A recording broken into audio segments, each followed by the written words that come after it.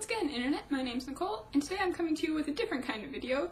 This is 1-star reviews of books I gave 5 stars. So I've seen blog posts that have a similar format to this, where bloggers will take 1-star reviews of famous books or books that are considered to be great works of literature in an effort to showcase that there is no book that everybody loves. Said book does not exist. There will always be someone who hates a book. I wanted to adapt this sort of post to video format for a couple of reasons. Number one, to remind you of some of the books that I gave 5 stars to this year, some of my favorite books of the year. Number two, to help illustrate the point that seriously, no book is loved by everybody. There will always, always, always be someone who hates a book. I think oftentimes we put pressure on ourselves to kind of join the bandwagon and love a book everybody else is raving about, or to feel really moved by a great work of literature, even if it doesn't necessarily speak to us. And I think remembering that there are always people who don't like things is important, and remembering that no matter how much I love something, there will always be someone who disagrees with me. And I think it's important to remember that because,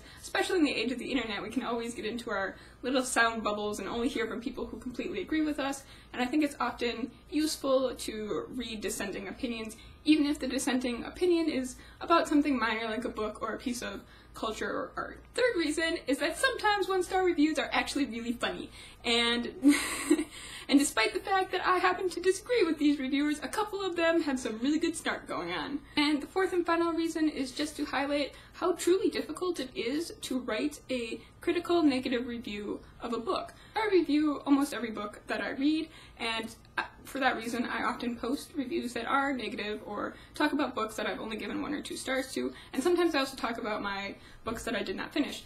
And I think it's important to remember how difficult it is to create those reviews and make them useful for someone who is looking to pick up a book. So when I go to pick up a book, I often read not the 1-star reviews, more often the 2-star reviews, to see what people who weren't in love with the book thought was wrong, and to see if the things that bothered them would also be things that bothered me.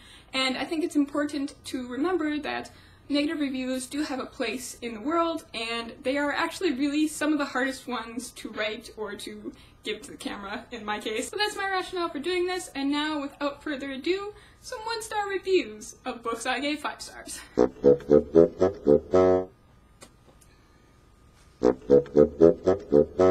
number 1, A Fire Upon the Deep by Werner Vinge.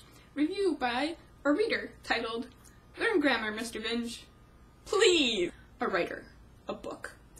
A book with words. Words arranged without verbs. Sentence fragments, opening paragraphs. More fragments which confound understanding. A piece of crap, cleverly marketed as a novel. A review of Saga, Volume 1, by a customer, titled, "Is this a joke?" Couldn't keep reading after the first, maybe 20 pages. It was just too stupid. I was completely unable to take this goofy story seriously with such childish, ridiculous dialogue. The comic sounds like it was written for kids. By the way, the author obviously knows nothing of childbirth.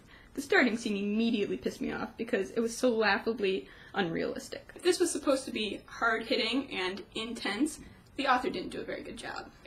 The Martian, a novel by Andy Weir. Review by Freedom Girl, titled, "I kept hoping Watney would choke on a potato and die." Seriously, that would have been the most emotionally moving thing that could have happened in this dry, technically writing, trying to pose as fiction, bore-fest. The writing structure and dialogue is very technical, dull, and formulaic. There are more benign, "oh no, it's not going to be the end," moments in this than in a Clint Eastwood film. And after about the 4th, it grows completely old. I found myself skipping through parts of the exceedingly dull, chemistry-laden chapters, and you know what? It didn't even matter. Since there is no character development, no insight into who this astronaut is, no philosophical reflections, you miss very little in this story. Just a bunch of chemistry you probably don't care about in the first place unless that is your passion. Plus, the voice of Watney, with his sophomoric humor and sarcasm, was very distracting and incongruent with the situation. More annoyingly, most every chapter ends with him making a sarcastic remark. Every one. Realizing this was turning into a shitstorm of dull, the author should have switched gears and had the leather goddess of Phobos invade Watney's MAV. Now that would have made for a good story. Beloved by Toni Morrison. Review by Toy Lover, titled, "Greatest American Book in 25 Years? Give me a break." The hype and hyperbole over Morrison is a perfect example of literary snobism.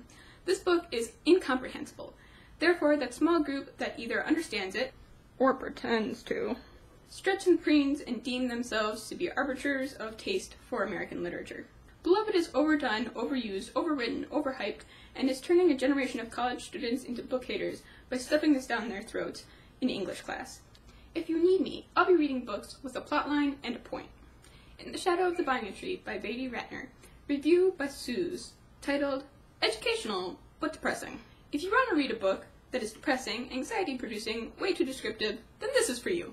The Goblin Emperor by Katherine Addison. Review by Whittier, titled Boring. Boring? Why I finished reading it, I can't imagine.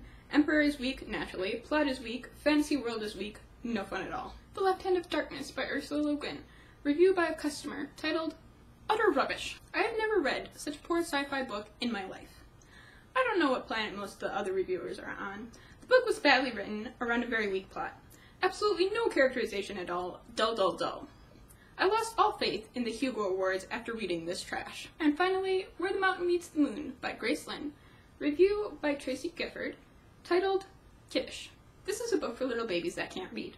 You probably should read this. It is not appropriate for adults. But I decided to include this review for a couple of reasons. This is actually the only one-star review for this particular book, and I think it highlights a good point about a lot of one-star reviews that you see.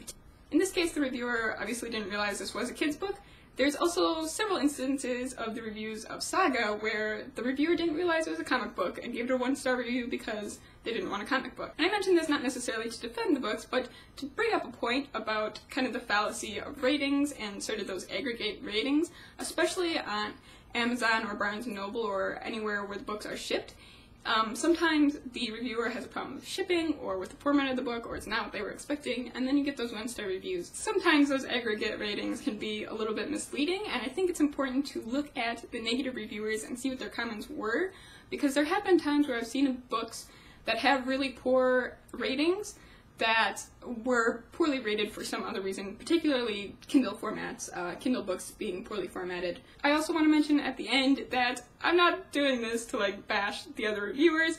I think some of these reviews are pretty amusing. So that's all for me this week. Let me know in the comments below some of your favorite one-star reviews of books you loved, and I'll see y'all later. Bye. The Martian by Andy Weir. Review by Freedom Girl, titled I kept hoping Watney would choke on a potato and die. Okay, we're gonna try that again.